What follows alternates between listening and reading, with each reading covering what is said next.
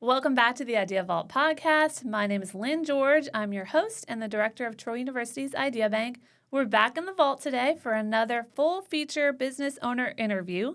Today, we are welcoming J.B. Roberts. J.B. is the part owner and manager of two businesses here in town, Moseley Industrial Supply and Lawrence Paint and Hardware. He's also a musician. He is a father. He is a husband. He's also an Idea Bank member. So we are excited to get to know JB a little bit more as he comes into the studio to share his story and particularly how he balances all of these things. So without further ado, let's welcome JB Roberts. JB to the Vault. Thank you for having me. Of course. Thanks for joining us. So it's your first time here, right? Absolutely. But we see you around the Idea Bank a lot, so Yes. We're excited to welcome you to the show. So here in the Vault, we're all about, it's kind of a symbol for the Idea Bank being a place where you can unlock ideas. So Cool. Our show is all about interviewing business owners and just kind of telling your story. So I just want to start by asking you, I know you've got a lot going on, but we're going to start with your businesses. You own two businesses, own and manage two businesses here in town, Moseley Industrial Supply and Lawrence Paint and Hardware. Correct. So if you could just tell us a little bit about those businesses and what you do and what you offer, we'll start with that. Okay, so Moseley Industrial Supply is exactly what the name says. We are an industrial supply company that does wholesale supply and distribution to major manufacturers in the area. So I'm delivering consumable supplies, so safety products, paper and janitorial, chemical, those kind of things. We manage a lot of supply closets and rooms and manage people's inventory, those kind of things. So if you're a major supplier or school system or facility in the area, our motto is we're going to simplify your supply chain. So we try to be a one-stop shop. Instead of calling 5 different places, you call us, we handle it for you. Yeah. Sounds Lawrence, like a no-brainer. No-brainer, right? Lawrence Paint and Hardware is exactly that. We're an Ace hardware store in town that sells a lot of paint, small motor repair, kind of do things the Ace way right now. Yeah. Small town hardware has been around since 1946. Oh, so wow. Pretty cool. Okay. So is there a lot of crossover in those two in what you do? There's some. There's some? some. Not a ton. Not as much as you would think. And one of the things we're trying to do a better job is the synergy between the companies, and are we missing opportunities by not communicating? Because there's some overlap, and so just trying to communicate between the businesses. Hey, what are we trying to accomplish? What are you trying to accomplish? How can we help each other?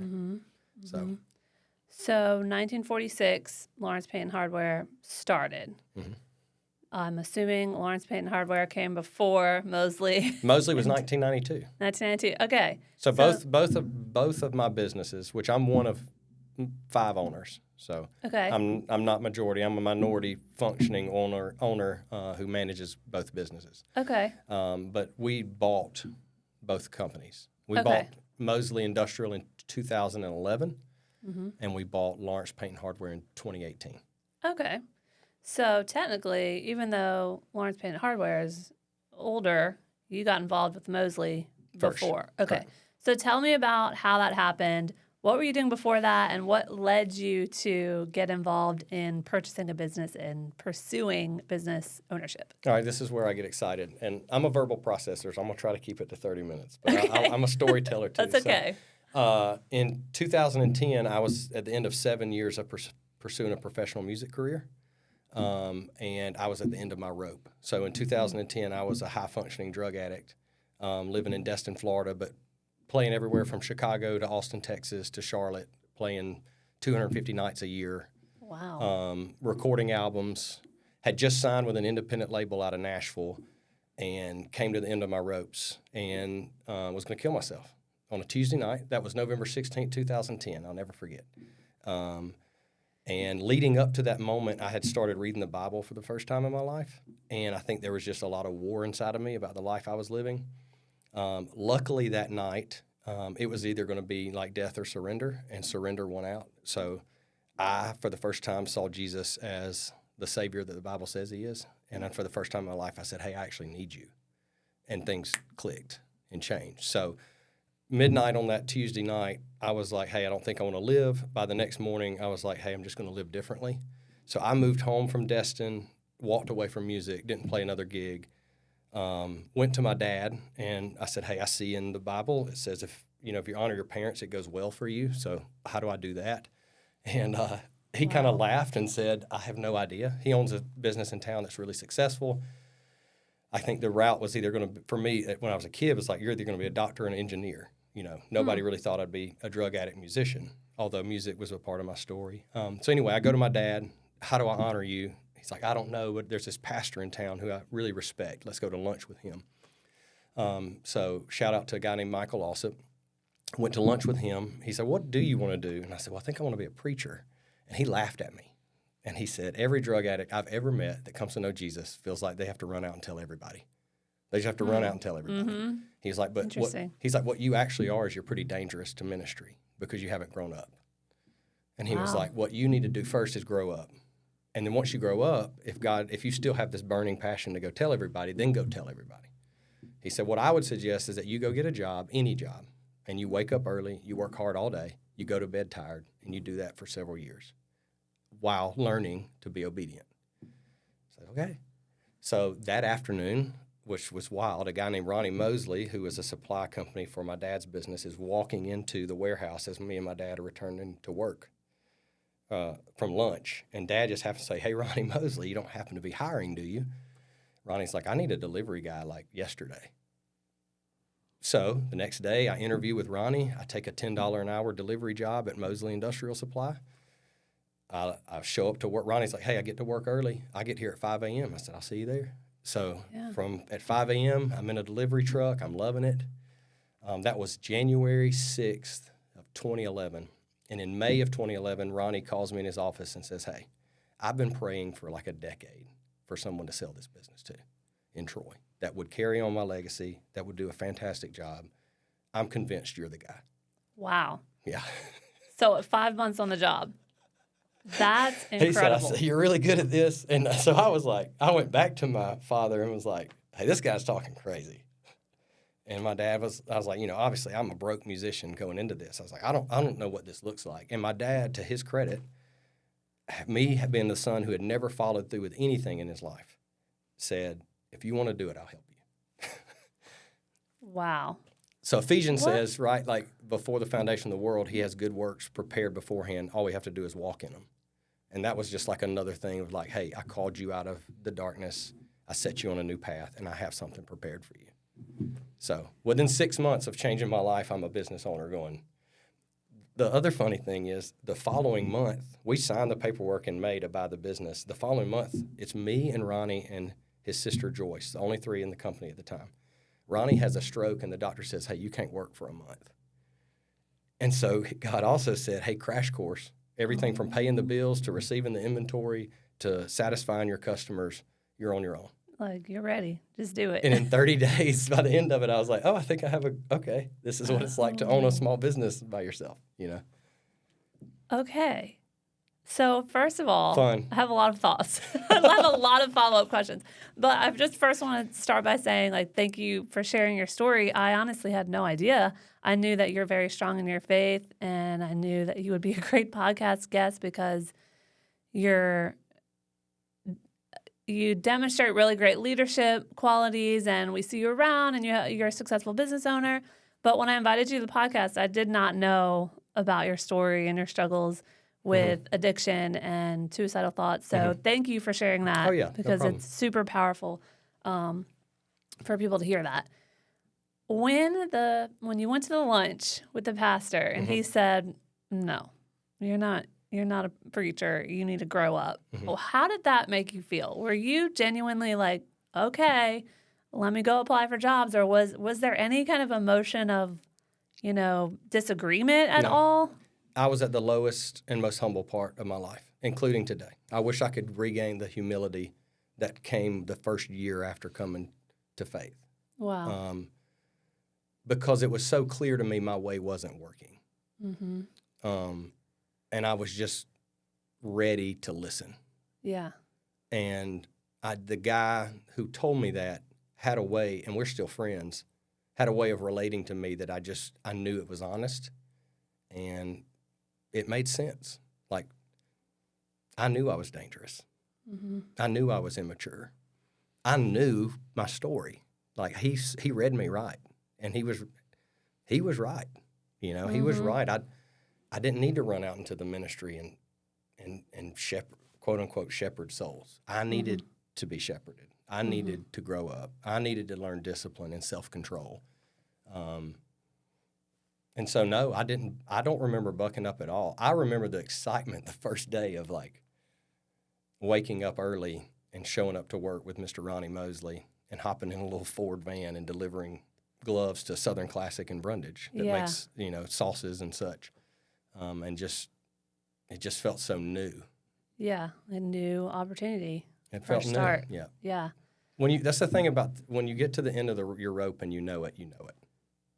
Like, there was no question for me of like, oh, am I doing the right thing? Should I go back? Because for me, it really was rescue. Like, I was going to end my life that night. And a lot of people say that, but like, I was going to end my life, and who I call Christ intervened. So there was no like, is there a little more rope left on that lifestyle? I mean, I left everything. 607 Bayou Drive, Destin, Florida. That was my address. I left everything and told my roommates, you can sell it, you can have it, whatever you want. I want nothing to do with it. I'm done. I was done. Wow. That's I ghosted. incredible. Shut down all social media. Nobody can get in touch with me. I got to have a new life. It's not working. What I'm doing is not working. Well, and that's what you needed to do, and you recognize that. So from that, you go from that day in November to in May of the following year being offered to buy this business. What were your feelings when he asked you that, when he made that offer, when he said, you're the one that I want to sell my business to? I was a little bit shocked, obviously. Yeah. Ronnie and I have a special connection. We're still connected. He's retired in Pensacola. He's 83. We still... It's interesting, and I won't go down the rabbit hole, but what God has done in my life is he's provided me different people to father me, is what I say. So Ronnie fathered me in business for the 10 years we worked together. And from the moment I got there, I trusted him. And I knew I was good at it. Like, people is my power is people. Like, it's a blessing and a curse, because I can also treat people pretty poorly. But when I'm healthy, people are like my thing. And I love people. I love connecting people. I love seeing people thrive. And my business, like most businesses, is a people business. So part of my music career was I enjoyed giving people an experience of entertainment. That's what I loved it. Yeah. To bring somebody who may be downcast in a bar and see them dancing by the end of the night. Same thing with my business. Like, somebody has a need, I want to meet that need and do it in a way that they feel special and loved and served. And like, that was just part of me. So when he brought it up, it did feel right. The only fear was like the financial part of it, because I didn't understand, I did not understand finance at all. Still, still am not a great financial mind. But so that's when I go back to my dad, like, hey, this guy's talking crazy stuff. Like, what do you think about this? And like I said, to his credit, he took a big chance. Yeah. Because he's still the majority owner, and he was the majority of the financial momentum behind the purchase. So, wow. Okay, so I want to go back to, you said when you were growing up, or maybe before you pursued music, you thought the trajectory. Wow. Okay, I'm a podcast host, so I should be able to pronounce my words. The trajectory was more either going to be an engineer or a doctor. Doctor for sure was. So I grew up in a very high. So both my parents are chemical engineers. My mom graduated #1 in her class from University of Alabama. Wow. Chemical engineer, first female to do that. Wow. First female to be hired by Texaco in the 1970s. Extremely high performing home. Okay. Which is beautiful. Impressive. But yes. then, like, they had a plan for my life. Which they would say, which is why music became, like, I bucked the system. Did you feel like you didn't want that because that's what they wanted, and you? Yeah, I mean, I thought maybe I was teenager. I just, looking back, I didn't have choice. It's like I think that, the boomers, like doctor, lawyer, that kind of engineers, like that's what you do. And you know, the doctor route, I did all like in high school, I was going to all these retreats for like future doctors. And then I get into the University of Alabama and I'm pre-med track. And that just, you know, my college career fell apart quick. So like I get in, I get a presidential scholarship, academic scholarship. I'm the first year of what they call the Blunt Undergraduate Initiative, which you pretty much skip your freshman classes because you're coming in, you're smart and you're astute, so they're going to just let you skip all this stuff. So I graduated from Brantley High School, which no slack to Brantley, but it's a 1A public school in South Alabama. Right. And I get to the University of Alabama in the first week, they're like, hey, we need 20 pages on Plato. I was overwhelmed from the jump. Yeah. And I didn't know how to deal with it. How I dealt with it was I grabbed my guitar and I went to the bars and I played. Yeah. Gotcha. And also because I came from a high-performing home, I didn't really have anybody to talk to about my failure because I never failed. So really, like, to psychoanalyze my young self, it's like I had to find somewhere to succeed, and where could I do that? Music. Because school was just overwhelming. I mean, I've left university after 3 semesters at the University of Alabama. I'm in rehab. Wow. And really, to be kind to my young self, it's because I was overwhelmed. Yeah. Not because I wanted to be a drug addict. Right. No, of but course. I didn't have anywhere to go with my emotion. The fact that I was emotionally overwhelmed.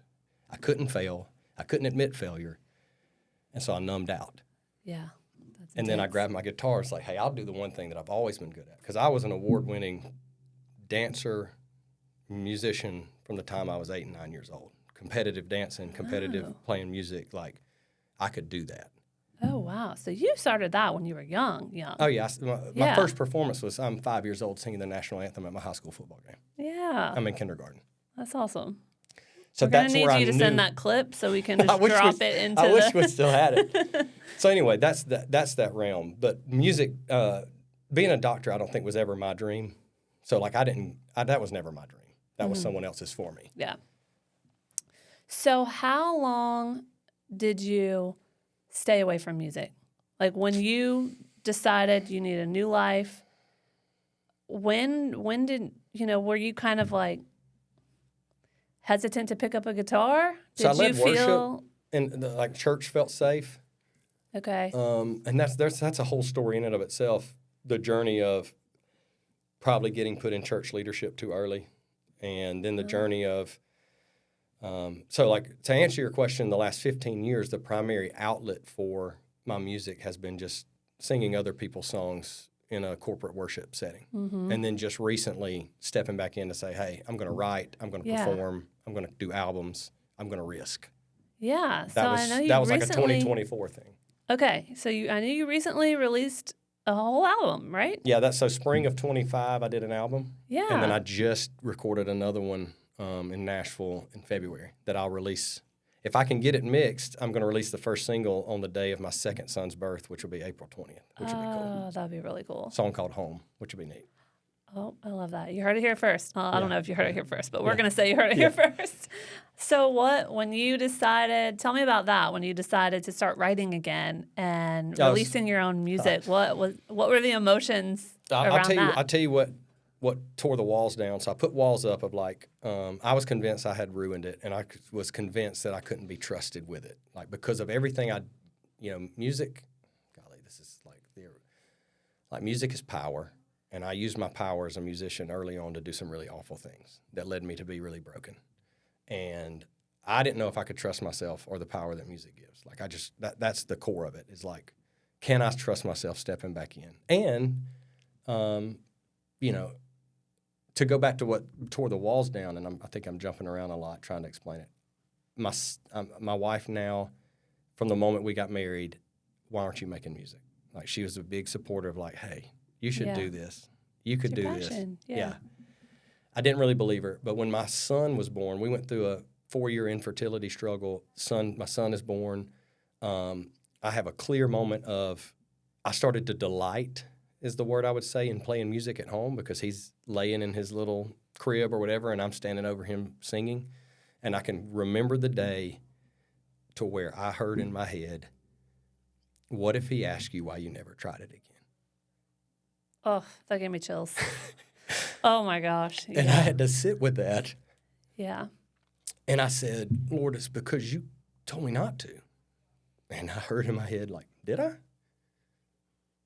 And I was like, well, no, you called me out of it, but I guess I haven't asked you in a while. Should I try it again? And he was like, why haven't you? And the answer like rattled me because I said, I'm afraid. And I was determined that the last thing I was going to model for my son is a daddy who fears. He's not going to see a dad who's afraid, period. And so I said, okay, God, what does it look like for me to step back in? And what it looked like was I wrote a whole album in like 6-7 weeks. Wow. And what it looked like was doors started opening to where an old producer friend of mine said, hey, we'll go to Nashville and I'll father you through this. Like I said, God provides these people in my life. And it just looked like it came easy. And then the second album came easily. And I haven't experienced like a ton of like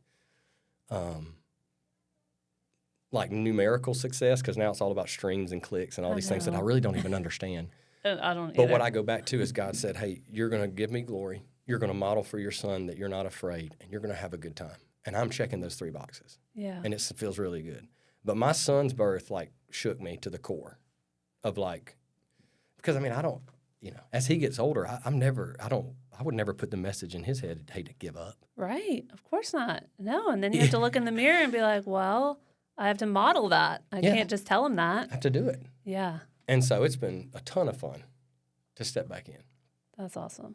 Well, I'm proud of you. Thank you. I know he's proud of you. Thank you. I have to take a deep breath after that one. Because, you think about, like, kids, man. I know. Changes everything. It changes my whole perspective. Yeah, for sure. Well, that's awesome. Yeah, well, one thing I wanted to ask you, I haven't even Where looked at Where are we on the card? I haven't even looked at my card.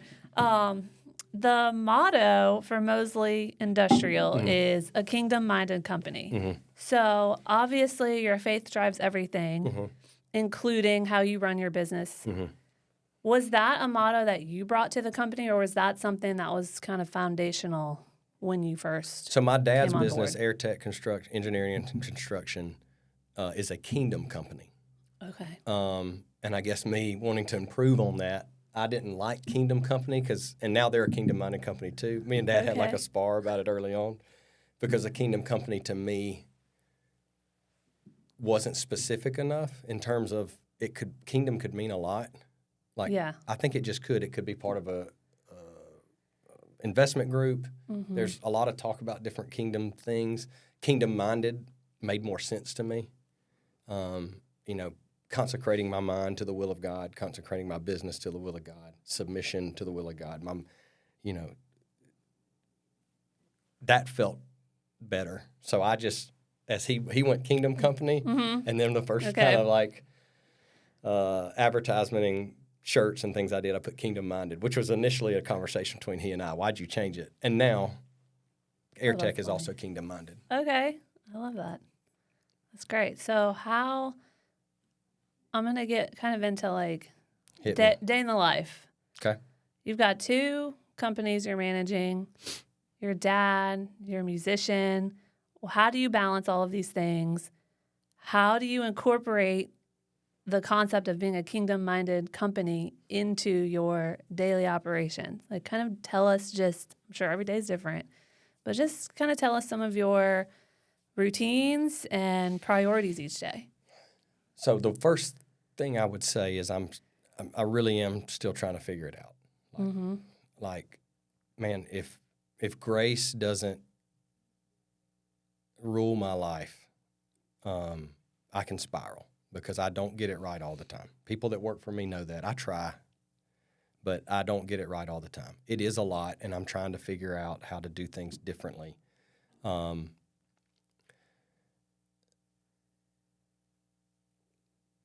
growing in. I'm trying to think of how to answer that.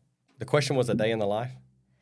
It was maybe not the easiest phrased question. I'm just trying to get a picture of a glimpse into how you manage 2 companies and your musician career and your personal responsibilities, and just incorporating your faith into everything that you do. Just kind of some snippets of your day. So my businesses are my people. I have got, and I mean, I have people in Troy call me, hey, where do you find these people? We have established a culture at both businesses that people want to work for, where people thrive. I mean, I could go into detail about what our business tries to do for our employees to make sure that they're happy, they're mentally and financially healthy, because I can't hold it all together. The first 10 years of my career, maybe 6 years of my career, I'm working 12-hour days. I learned early I can't do it. I have two awesome leaders, one at each business, that has minimized the scope of my work because they've taken on so much, to where I still am involved with a lot of every aspect of the business to a certain extent, but we are continuing to understand roles and how we thrive. So I'm not the best person to make day-to-day decisions at our business. I'm actually not. I'm a great visionary. I'm a great future. I'm a great team builder. I'm great at rallying people around a cause. If I need to come up with a dream and then make that dream happen, I'm not going to do it. And that's not me avoiding the work. I'll be a part of the team, but I think my team would say that I love being part of conversations to where I let other people make the decision. Yeah. I truly have learned myself, and I am not the best point of contact for every decision. I'm not wired to be the best point of contact. I have people that are much better at finances and saving money, but now when it comes to people, and when it comes to either building the team or our customers feeling valued, I'm the best. Yeah. And that's what so we're putting me further and further into the role to where I've actually, this year particularly, JB, I want you to sell the business. And the day-to-day stuff is getting really handled. And I still get pulled back into it. But, man, when I tell you that my businesses are about my team, it makes it so much easier. I mean, people look at my life and they think I've got so much going on. Man, if y'all knew how much my team just does and just happens, and how much they know that I trust them, I think they know I trust them to just make the decision. I don't need to know. Fill me in. Fill me in on the back end. Yeah. I trust you. I wouldn't pay you if I didn't trust you. Right. And, well, that's because you're a good leader, that you get the right people in place and you empower them to make the decisions. I had one of my young guys today just say, hey, go look pretty. That's your job. Because I was trying to weigh in on something, and I haven't done that task in probably a day, 5 years. And they joke with me of hey, man, just don't. Just don't. Yeah. That's funny. It's fun. So the businesses are, and we're just blessed. I mean, for our small businesses to do what we do, in Troy, we're really blessed. Family is my biggest bandwidth because I'm a big family guy. I'm on my second marriage, so I've learned from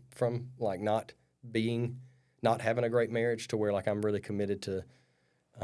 I truly believe if my family is in order, my businesses and everything else will be in order too. I just believe that. So I'm big on being a husband and I'm big on being a father, big. That's a ton of joy. Music, I'm still trying to figure out where it fits. I really am. There's not a lot required of me. I actually outsource all my social media because I have a girl that's awesome. Shout out to Shaylin. She helps me, and she sends me an email on Sunday night. Hey, I need these 3 things from you. And so I'll ride in my truck and do what we call a truck talk, or I'll record a song. And she does all my admin too. So putting the album on Spotify, managing my website, that kind of stuff. So far, it's been a gloriously fun, failing business venture. You know what I mean? It is not gloriously fun, failing business venture. Yeah, okay. that's what great. music has been for me. Yeah. Okay. But it's a lot of fun, and I'm trying to grow. To answer how I handle it all is I'm a big proponent, because of my story, of being mentally healthy.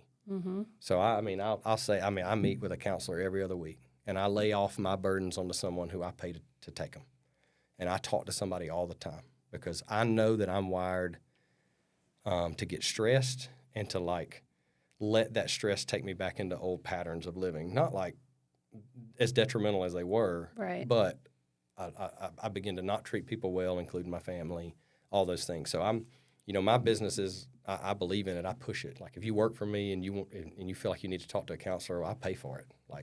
That's great. I mean, if you're healthy in your mind and you're healthy in your finances, everything's going to make sense. Yeah. If those two things are off, spiritual is most important. But I'm not in control of that. Yeah. In anyone's life, I'm not in control of that. But I can really help with your mental health and your financial health. Yeah. So how do you feel about mentorship. It sounds like you had some pretty important mentors when you were in that transition phase of your life. Do you feel like you've taken on a mentor role at all through your business? I mean, yes, absolutely. I mean, I believe that's my role in a lot of my especially young men's life. Yeah. And then outside of that, I meet. I'm meeting with 2 men right now that are young and want my time. And I mentioned how boundaried I am. Like I mentioned that off, before. But for the last 15 years, I'll tell men, hey, I want to spend time with you. That's what they'll say. I want to spend time with you. And I know who's serious because I'll say, I'll see you at my house at 5 a.m. And the men that show up, like we spend time together. And I invest in them and I'll help them. I'll walk through life with them. But the Bible says, look for men who are faithful, available, and teachable. And so like right now I have work that I'm investing in some men. And then outside of that, I have one young man right now that comes to my house and we chop it up. Yeah. We work through story. Like my wife and I are narrative-based trauma care certified. So, like, understanding that between the ages of 4 and 14, you make up your mind about what life's like. You just do. Like, I believe that. Like, whatever you go through between 4 and 14, that's what am I loved? Am I seen? Am I safe? Am I valued? You answer those questions pretty early. Yeah. If those questions are negative, it can affect your entire life. And so, like, I'm a big believer in, like, let's go back and what was it like for young JB? Like, what were the messages, So I invest a lot of time in other people, and then I do that in my own life pretty often. Yeah, for sure. Makes you really think deeply as a parent, for sure, about what you're doing every single day. Oh, yeah. Oof. I know. We talked about we all that have to also. check ourselves sometimes. Oh, my gosh. I'm seeing so many patterns in me that I'm like, okay, how am I going to uproot this? Because, being a father is provoking. My story gets provoked. I see myself in him. A lot of the mistakes my parents made, I'm starting to realize why. Or the things that I'm like, hey, why'd you do that? I'm starting to realize it because I'm a parent now. I'm like, wow. Yeah, and like our parents probably just didn't know what we know now. Oh, absolutely. Especially about like mental health and early childhood development. Like they didn't know. It's not like anyone was intentionally trying to. There's such a stigma around it. Yeah. Yeah. There was such a stigma around it. Like, it's like the worst of the worst needs to go talk to someone, and it's like, right. You don't have to wait for a fire, to call to prepare. Right. Like, you don't have to wait for the worst case scenario. You could just do home maintenance. Yeah, for sure. Periodically. Yeah, that's what it is. Yeah. Wow. Well, this has been an amazing story. I feel like I'm probably past my time. Am I past my time, Jonas? Did we get to anything business-wise? I don't know. Let me look at my list. Let's see. Okay. Well. Okay. Actually, I feel like I got to most of the topics I wanted to ask you about, kind of the standard stuff. Only thing I haven't really gotten specifically into would be just as a business owner, 1, the most challenging part of it for you, and 2, the most rewarding part of it for you. The most challenging part of it for me is consistent communication. I'm like a next step guy. Communication, like uncommunicated expectations ruin relationships all the time. Yes. Oof. Like whether it be a marriage or a friendship or work. Yeah, it's like and on one hand, like it's like shadows and glory and shadows. I'm a glorious communicator on one hand. I'm a shadowy communicator on the other because it's in my head and I feel like I told you. Yeah. So like I'm learning more and more every day that consistent communication is really hard for me. And my businesses suffer because I'm not good at it. So just slowing down to get with my people. Hey, this is why we're doing it. This is why it's important. Yeah. Don't forget. And the most rewarding part, like we give away 20% of everything we make to mission fields, to nonprofits, to whatever. And so like I get pretty emotional about some of the, we funded a farming in the Jordan Valley that gave food and preached the gospel to refugees from what's going on in Gaza this past year. And we fully funded an effort. Wow. And we got the missionary who does that got to come and talk to me about, hey, this is what we experienced. And it was like the number of people that were impacted by that.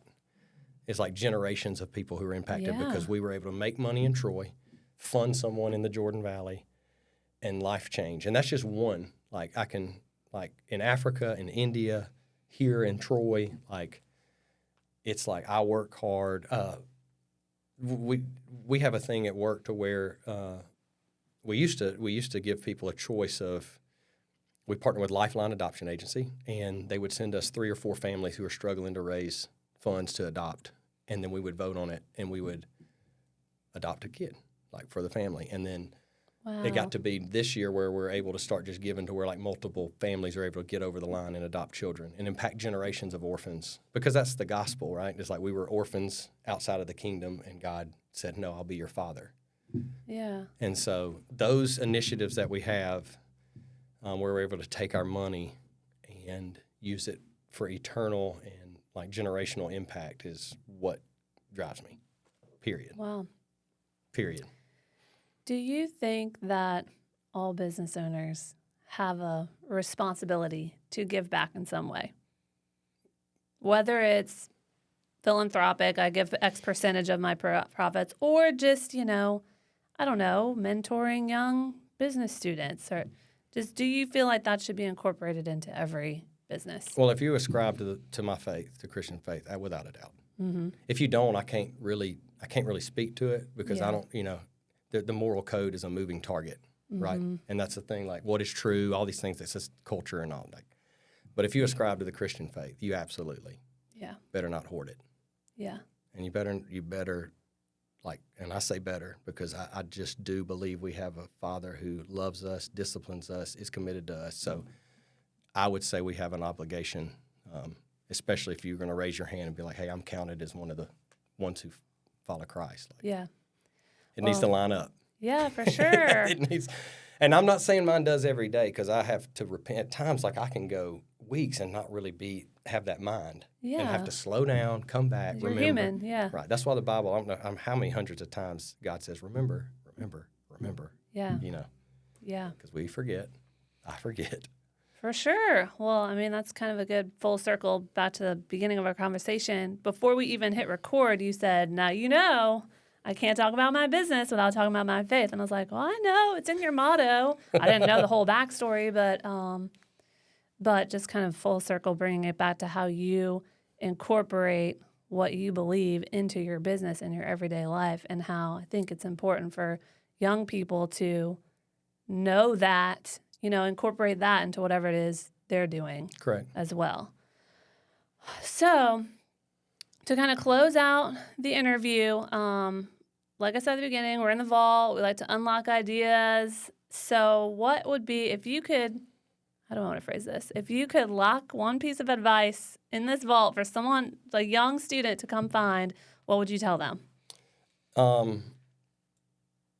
I would tell them a lot of what I know you do is with entrepreneurial mindsets. Yes. And I know that's like a really big current of culture now, where everybody's going to be a business owner. For sure. It may just be my own story, but I would tell any young person, go to work for someone for several years and learn what it's like to be led and have to say yes, sir, or no, sir, or no, ma'am, whatever. I'm Southern, but learn what it's like for someone else to make decisions for you before you go and start making decisions for people.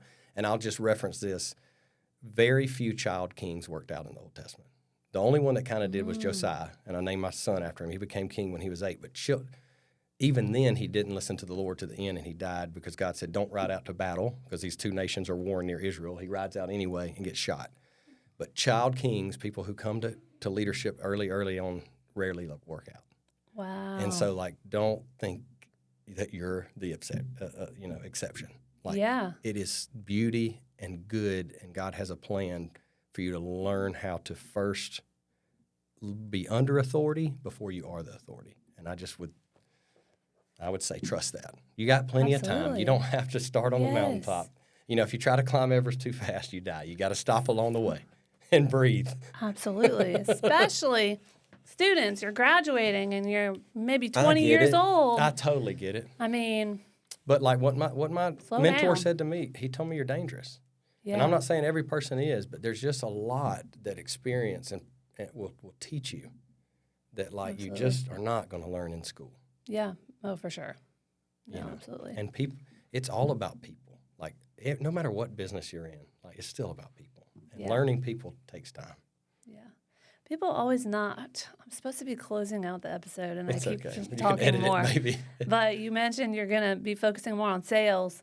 I used to be in sales back in the day, and people always, when I talk to students about sales careers, they're like, ew, I don't want to get in sales. I don't want to ask people for money. And I'm like, it's not like that. It's not, I mean, it is, but it isn't. It's just about connecting with people and building relationships. It's not like, hey, can you give me some money because Sure. I'm a salesperson? It's more, I don't know, it's different depending on what you're selling. Like, sure, yes, you are trying to make sales, but it's more about if you're in a career that is sales oriented, you're focusing on the people and building the relationships that will turn into sales. No doubt. So it's like people always think of like, oh, I'm cold calling. Now, I did do some cold calling back in the day.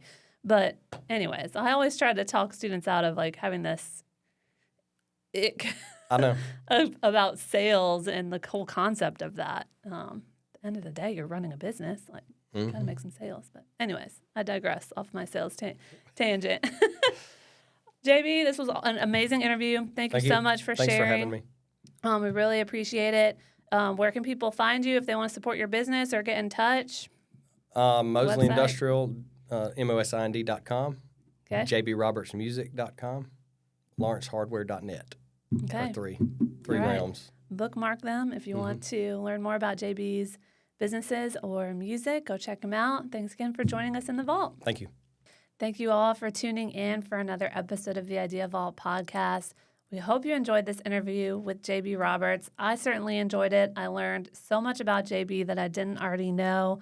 I knew he was going to be a great podcast guest, but I really feel inspired by his story. And these are always the best interviews because there was a point where I was like, wait, I have a card that I prepped all of these questions for, and I haven't even looked at it because we just got so deep into the story of what he was saying in the moment. So really appreciate JB for joining us today. I hope you guys found some inspiration as well, and we'll see you next time on the Idea Vault podcast.